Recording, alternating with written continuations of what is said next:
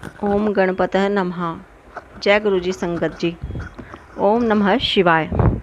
रुद्र संहिता पार्वती खंड चतुर्थ खंड हिमालय का विवाह। सती जी ने यज्ञ में अपना शरीर त्यागने के पश्चात हिमालय के घर जन्म लेने का विचार किया, क्योंकि शिवलोक में स्थित मेनका ने सती देवी के लिए आराधना की थी। इस कारण सती मेनका की पुत्री बनी। इस जन्म में उनका नाम पार्वती हुआ। नारद जी बोले, हे ब्रह्मा जी, मुझे मैना की उत्पत्ति, विवाह आदि के विषय में जानकारी प्रदान कीजिए। ब्रह्मा जी ने बताया, उत्तर दिशा में हिमालय नाम का एक राजा था। वह श्रेष्ठ पर्वत की समस्त समृद्धियों से युक्त था और बहुत तेजस्वी भी था।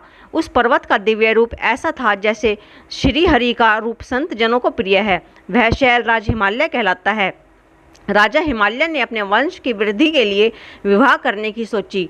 सभी देवता मिलकर पितरों के पास जाकर बोले, आप देव कार्य हेतु अपनी पुत्री मैना का विवाह हिमालय के साथ कर दें। इससे सभी को भला होगा और देवताओं के रास्ते में आने वाली आपत्तियां नष्ट हो जाएंगी। पितृगणों ने अपनी पुत्रियों के श्राप की बात का स्मरण करके मैना का विवाह पर्वतराज हिमालय से कर दिया। उस विवाह में ब्रह्मा, विष्णु, शिव आदि सभी देवता शामिल हुए। विवाहोत्सव के पश्चात सभी देवता और मुनिवृंद शिव पार्वती का ध्यान करके अपने अपने लोकों को प्रस्थान कर गए। पूर्व कथा। ब्रह्मा जी ने बताया, हे नारद, मेरे पुत्र दक्ष के 60 पुत्रियां उत्पन्न हुई। उनमें से सवधा नाम की पुत्री का विवाह पितृशवरों के साथ हुआ। उसने 3 कन्याओं को जन्म दिया। बड़ी पुत्री का नाम मैना, मंझली कन्या का नाम धन्या और सबसे छोटी कन्या का नाम कलावती था। एक बार तीनों कन्याएं श्वेत द्वीप में भगवान श्री हरि के दर्शन करने गई। उस समय वहीं बड़ा भारी उत्सव मनाया गया। उसमें सनकादिक ऋषि भी आए। सनकादिक ऋषि के आने पर उनका स्वागत करने के लिए सब लोग खड़े हो गए, परंतु ये तीनों बहनें खड़ी नहीं हुई। इस पर सनकादिक ऋषियों ने उन तीनों को श्राप दिया कि तुम तीनों बहन श्रुति को जानना चाहती थी, परंतु तुमने अभिमान के कारण नमस्कार करने की आवश्यकता नहीं समझी, इसलिए तुम स्वर्ग से दूर जाकर मनुष्य बन जाओ। यह सुनकर दोनों बहनों ने अपने सिर झुकाकर ऋषि को प्रणाम किया और प्रार्थना करने लगी, हे मुनि श्रेष्ठ, आप प्रसन्न हो जाइए। हम तो मूढ़ हैं, आप हम पर ऐसी कृपा करें कि हमको स्वर्ग प्राप्त हो जाए। ऋषि सनत कुमार जी शिवजी की माया से प्रभावित होकर बोले, हे पितरों की तीनों कन्याओं, अब तुम प्रसन्न होकर मेरी बात सुनो।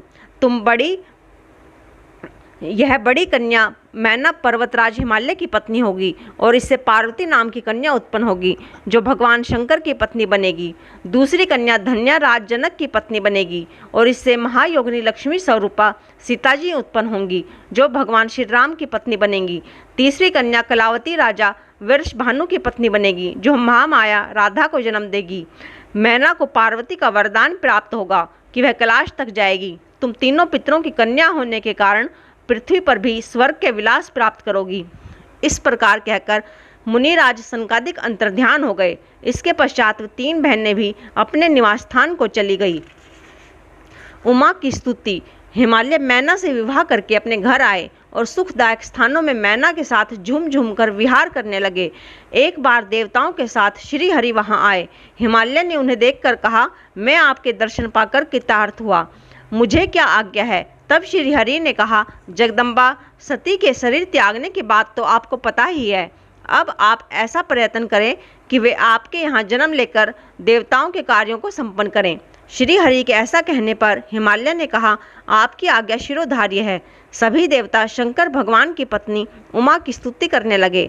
हे माता, आप हमेशा शिवलोक निवासिनी हो और सर्वदा शिवजी की प्रिय हो। हे माता दुर्गे, हम सब देवता आपको प्रणाम करते हैं।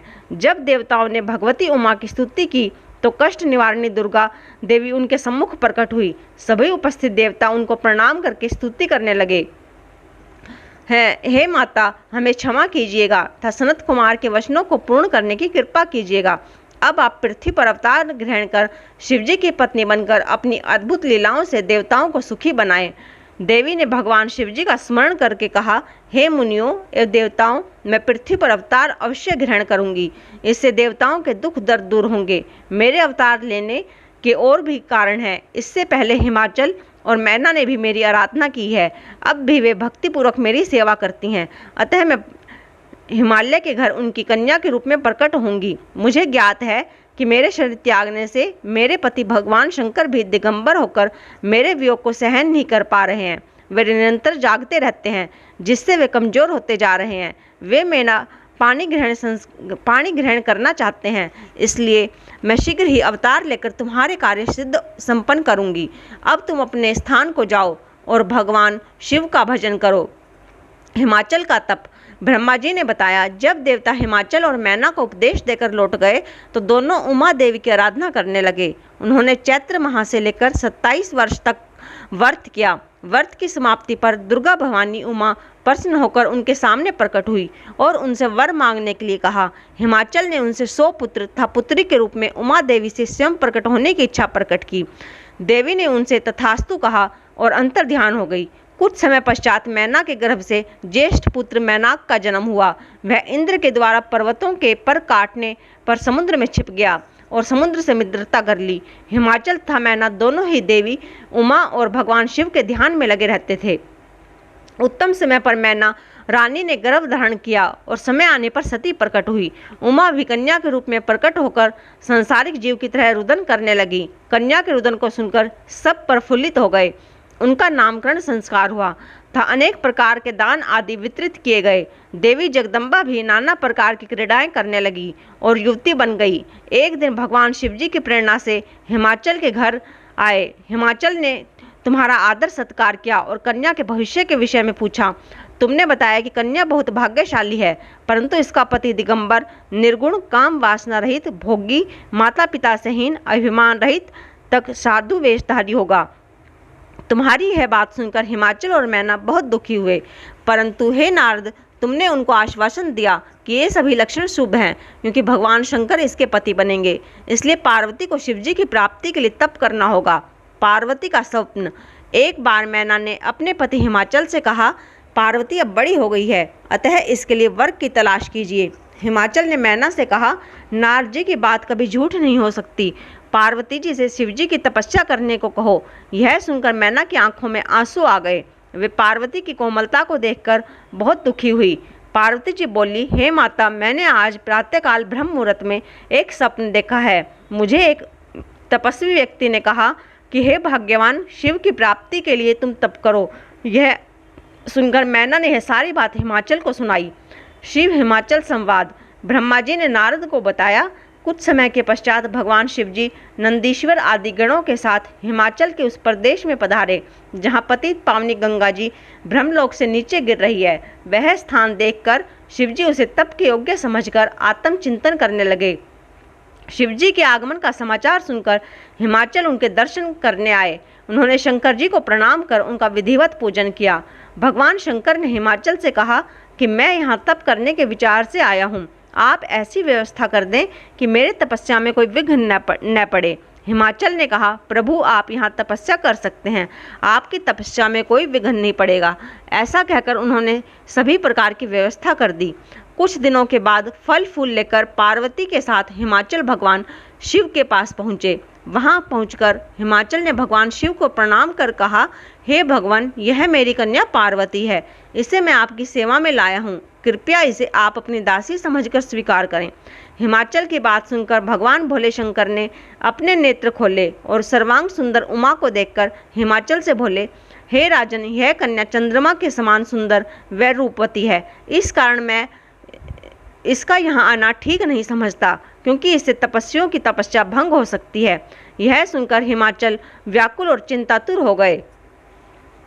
शिव पार्वती संवाद।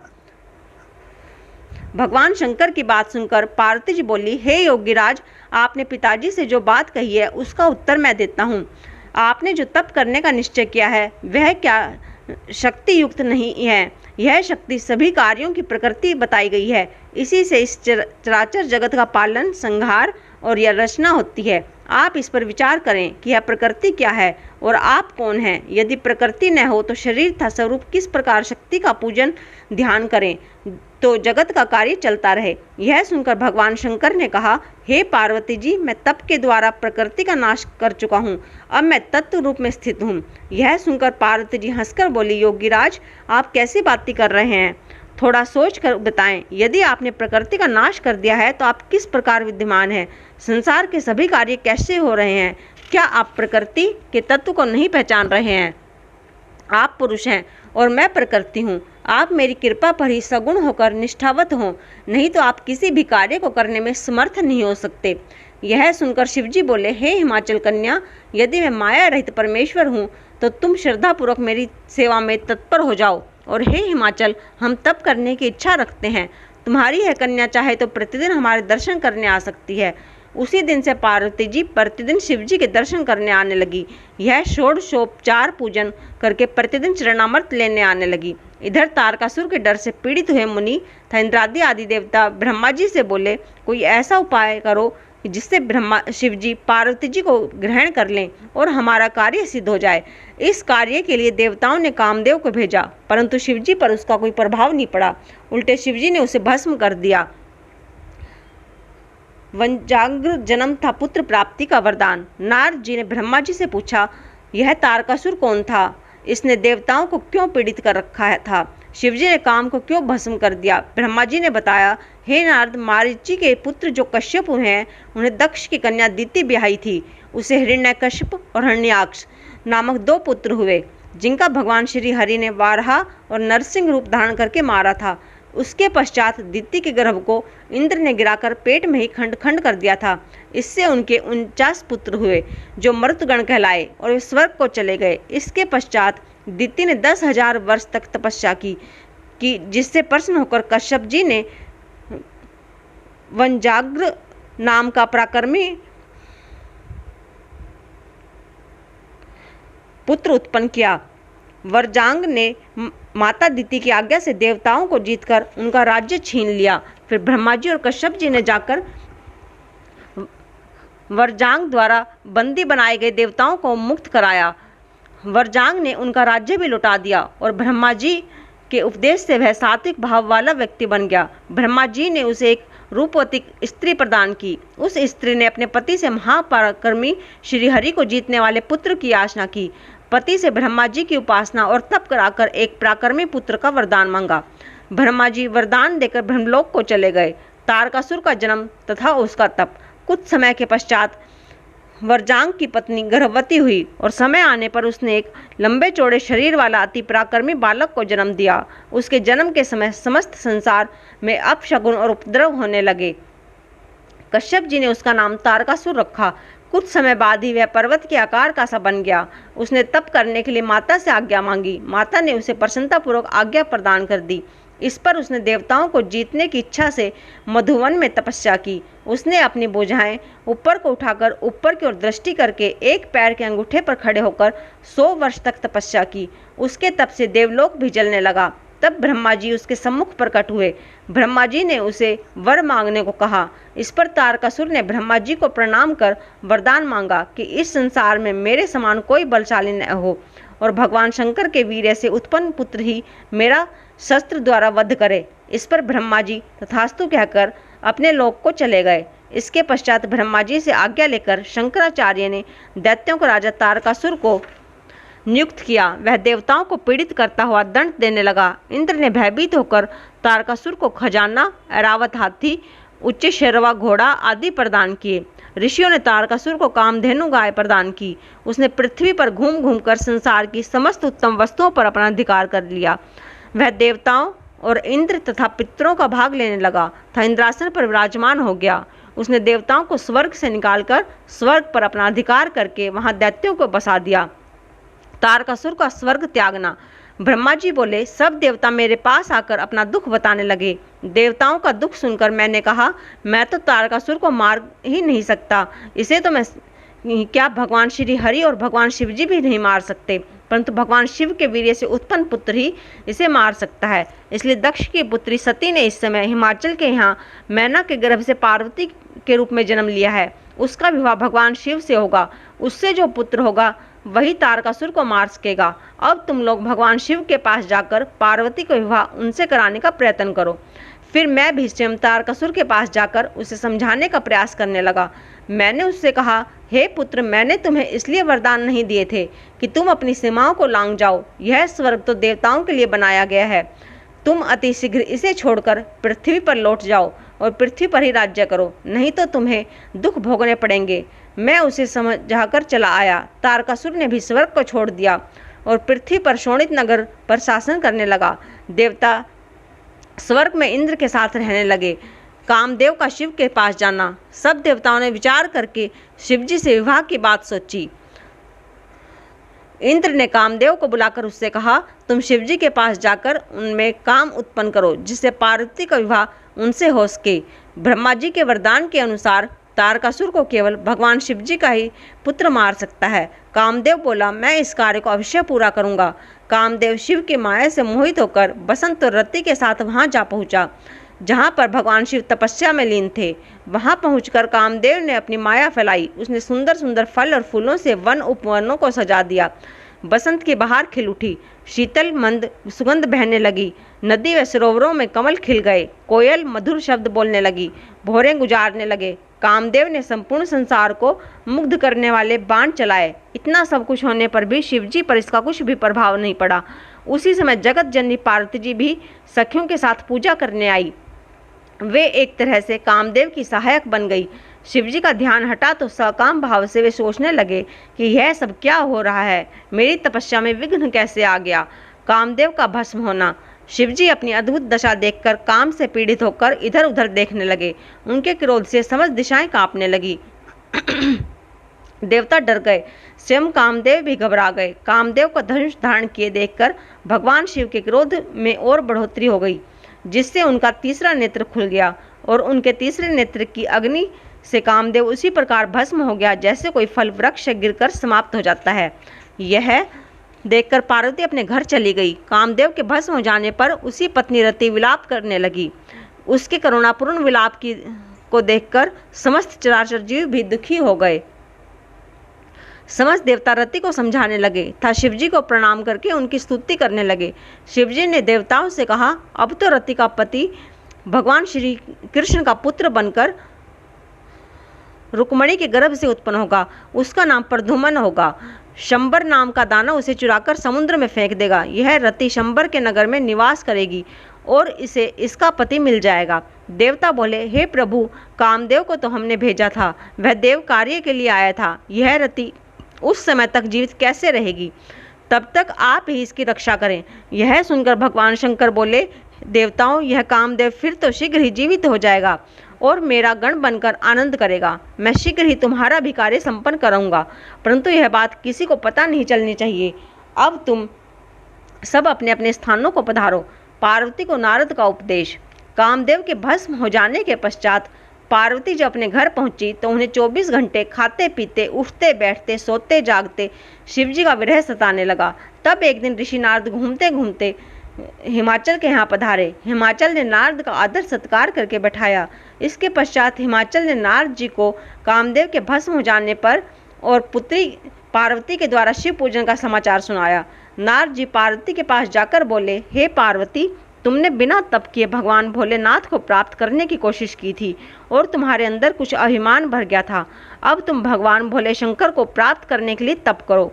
नारद जी ने पार्वती को ओम नमः शिवाय पंचाक्षर मंत्र की दीक्षा दी। उसकी विधि बताकर नारद वहां से चले गए। पार्वती जी की तपस्या। नारद जी के बताए अनुसार पार्वती ने अपने पिता हिमाचल से शिवजी को प्राप्त करने के लिए तपस्या करने की आज्ञा मांगी। पिता हिमाचल ने कहा, तुम अपनी माता से पूछकर तप करने चली जाओ। माता ने कहा, तुम घर में तपस्या कर सकती हो, वन में तो अनेक बाधाएं उत्पन्न होती हैं। स्त्रियों का शरीर वन में रहकर तप करने योग्य नहीं होता है। पार्वती यह सुनकर अत्यधिक दुखी हुई। पुत्री को दुखी देखकर माता ने वन में ही तपस्या करने की आज्ञा प्रदान कर दी।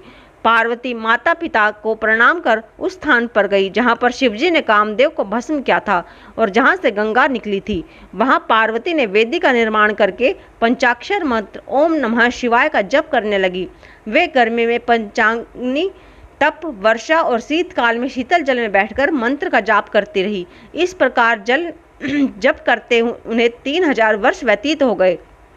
पार्वती के इस कठिन तप को देखकर देवराज इंद्र और सभी देवता उनके दर्शनार्थ आने लगे, क्योंकि अभी तक इतना कठिन तप किसी ने नहीं किया था। पार्वती के तप से त्रिलोक की तप्त होने लगी। ऋषि मुनि यक्ष गंधर्व देवता और दानव आदि सब मिलकर ब्रह्मा जी के पास गए।